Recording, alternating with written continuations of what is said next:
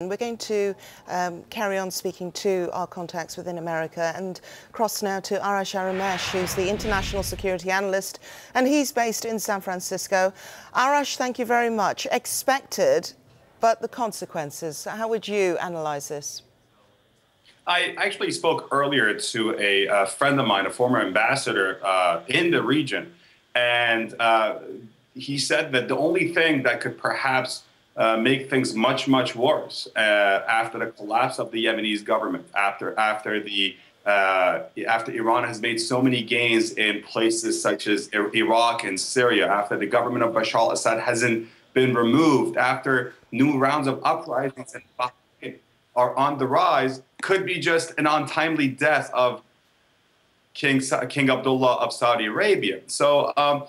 And he passed away today. Regardless of his policies and politics, King Abdullah was viewed here in the West as an ally of the United States and Western powers. It is true that some of the policies that the Saudi government endorsed and some of the activities some Saudi citizens engaged in were not exactly serving the interests of the West and the United States. But again, King Abdullah was viewed as a pillar of stability in Saudi Arabia, making sure that, for instance, certain organizations and certain groups, and in particular, the Iranian government doesn't, in fact, spread and extend its already extended sphere of influence in the region. So we got to see tomorrow when the actual, the new King Salman is taking over. We'll see what he has in mind. He comes from a long line of service, especially as Minister of Defense in Saudi Arabia. He's got very good contacts here in the West. He met with President Obama in 2012, also met with Prime Minister David Cameron. And while he's not known to be a wild reformer, he also lacks the reputation of being a staunch conservative, but he's got a good track record in security and defense circles. And we'll see what happens. But again, let's couple all these stories and events with what's been going on around the region, not just today, but in the past few days. Shiite Houthis, these are Shiite rebels backed by the Iranian government, have taken over for the most part of 11 of 14 provinces in Yemen, and today the capital. And that was one big sensitive issue to the Saudi government. King Abdullah is not there to see that. And we'll see what happens with ongoing crisis in Bahrain, in Iraq, in Syria, in Lebanon, and the ongoing Iranian nuclear talks that are still in the going. And now we've heard that Saudi Arabia was one of the US's closest allies. This relationship is set to continue, I suppose, with Crown Prince Salman bin Abdulaziz Al Saud. What about the new Crown Prince, Prince Mokrin bin Abdulaziz?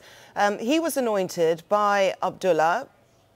He had concerns over Salman's health. Is he liked on the Western platform? Well, Saudi Arabia is an independent country. It's whether there is or there is not a Western platform, it is up to independent Saudi leaders to decide what serves their interests best. But I can tell you this much, that Saudi Arabia has had a great deal of mutual interests and mutual shared national security interests in the region with the United States and Western powers. But there is a concern that the very aging and old Saudi leadership, the top brass of the Saudi royal family, comes from a certain background. They're very old, and there hasn't been much there hasn't been much effort to create a new leading class of top Saudi brass. King Abdullah, who died today, was 91. His successor is 79 years old, almost 80. As you mentioned earlier, it is clear that this man is not going to be on the throne for a long time. And when you have kings and crown princes serving for very short amounts of time, that creates an image of uncertainty. It's like having a prime minister who comes into power and the government collapses in 7 months or 6 months or 10 months or 2 years. They don't have that sense of continuity. We got to see how this is going to play out. But again, America's interests in Saudi Arabia and America's interests in the Persian Gulf and the Middle East region go much beyond Prince Mukrab or Prince Salman or the late King Abdullah or the late King Fahd. These are interests that, especially now, rely on first and foremost, combating terrorism, Islamic radical terrorism, and B, containing and curbing the expanding influence of the Islamic Republic of Iran in the region, and C, perhaps work towards some reforms. While Saudi Arabia is an ally, it has also done things that some allies usually don't. So while we do have a great relationship with Saudi Arabia, we've got to keep in mind that there's much work to be done in Saudi itself and in other Arab countries in the region that are allies, but we definitely expect some more reform coming out of them. Okay, Arash Aramesh speaking to us from San Francisco. Thank you for that.